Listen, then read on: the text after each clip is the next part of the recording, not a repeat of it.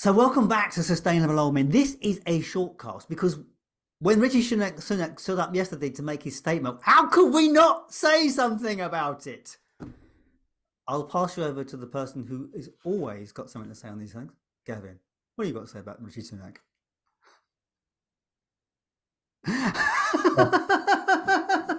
Where to start? I'm so amazed by it all. I'm just in a world of disbelief that I'm going to hand over to Howard before I lose my temper. So for a prime minister to have as much contempt for the environment as he has shown is so disingenuous to the people who are right at the edge of climate change. We've seen literally 20, 30 incidents in the last few months of extreme heats and flooding, affecting countries far, wide, near and far, far and wide, however, I lost my train of thought on it. But anyway, lots and lots of countries all over the planet suffering. Greece has lost a third of all its farmland through flooding. We saw the devastation of what's went through in Hong Kong. We've seen floods in Guatemala. We've seen floods in Libya. 20,000 people, right? So the numbers are now starting to be very serious. Libya had 1 year's rain in less than 48 hours. That's insane, right? It wiped out an entire city. Yeah, and I mean, even Cornwall this weekend had 100 millimeters of rain, a whole month's worth of rain in a day. So it's not going to be long before it starts to hit a town near you. Like, it really isn't. I remember a couple of years ago, there was that town in Germany where they had all that housing on that riverbank, and it just completely flooded. And hundreds of people lost their lives, and thousands of people, lost all their worldly possessions and their homes.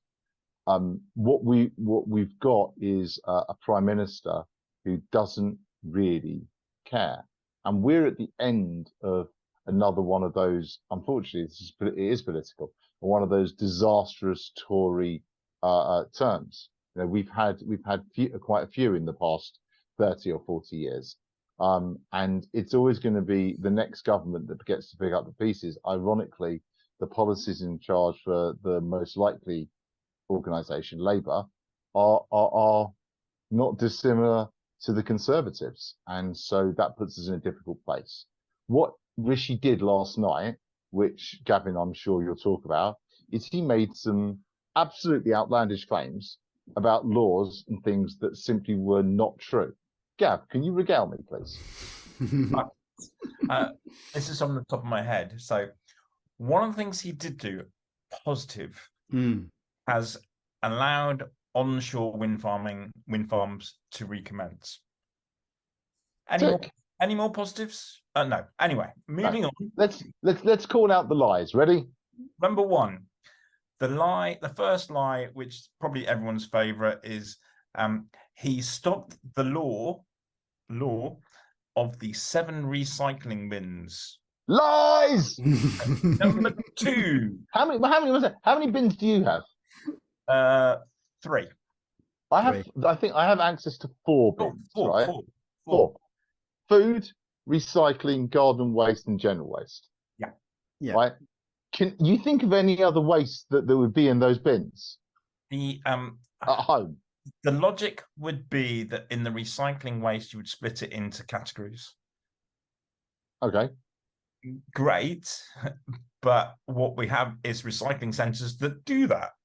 I do have 5 bins. I have glass. I have 5. I have glass, plastic, paper, garden waste, and general refuse, and that works quite well. That's quite cool. Yeah, and the general refuse has never got anything in it.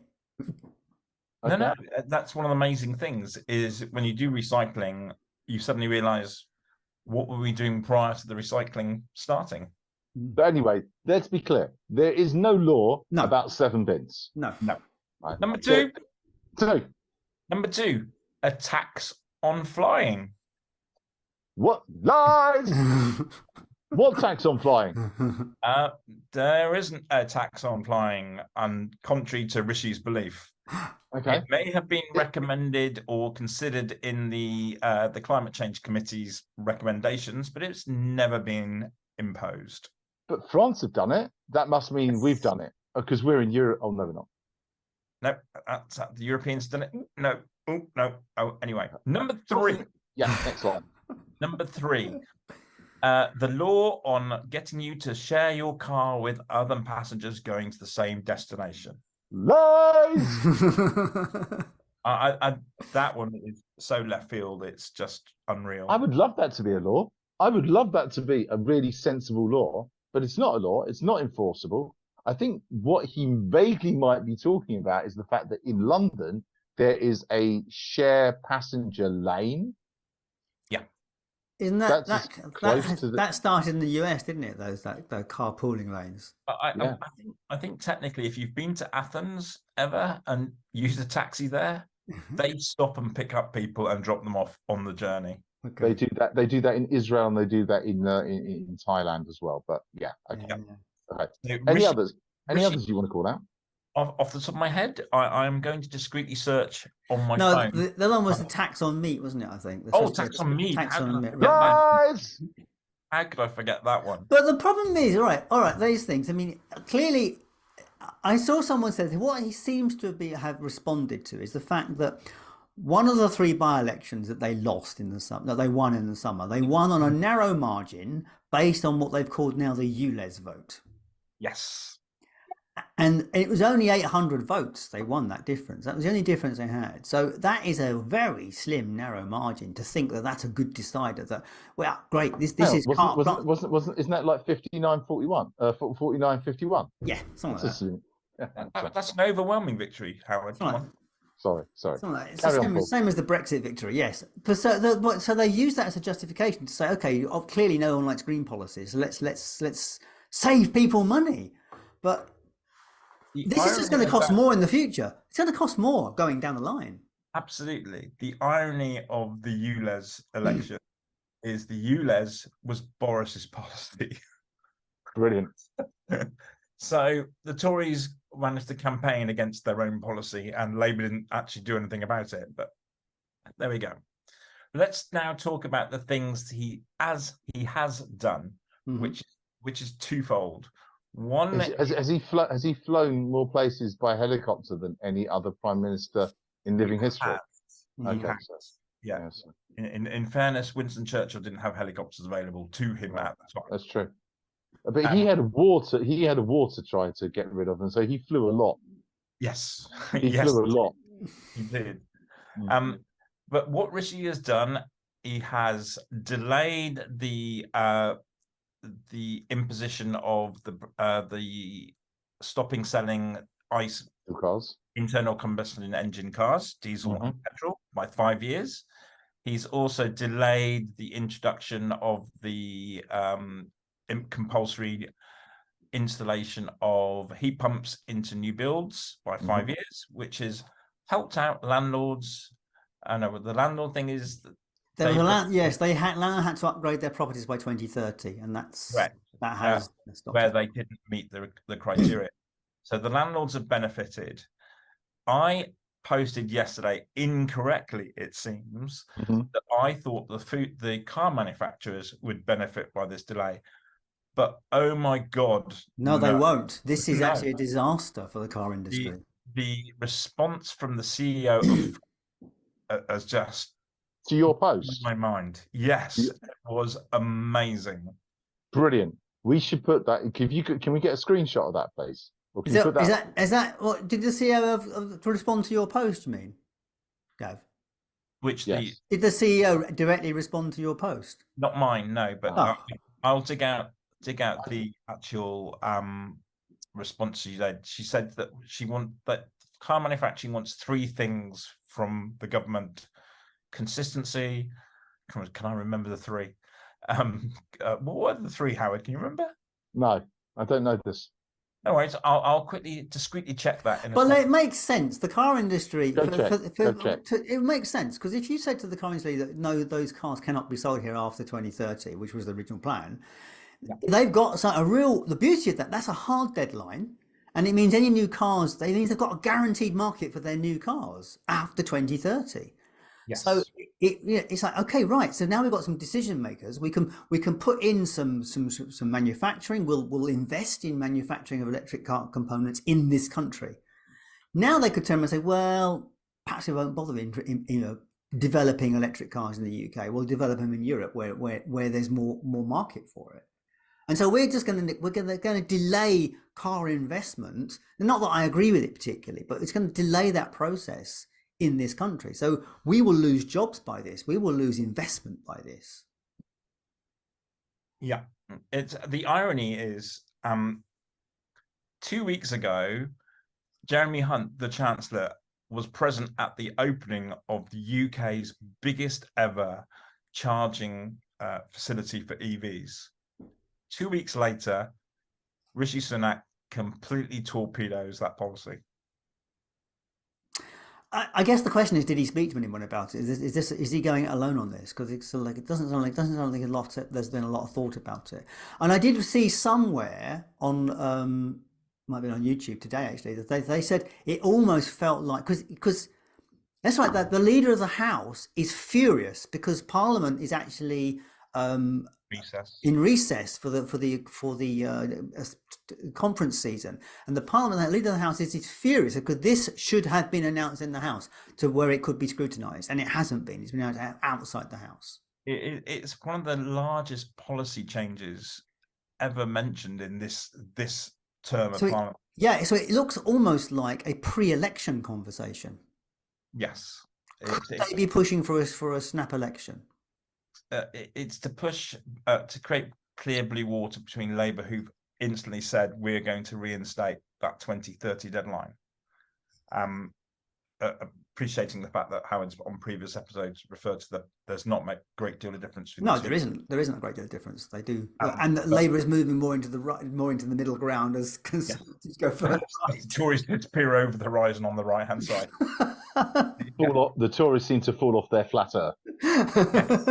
Yes, because one of my favourite quotes from yesterday's announcement was my favourite politician, Suella Braverman, saying, "We're not going to achieve a net zero by bankrupting Britons."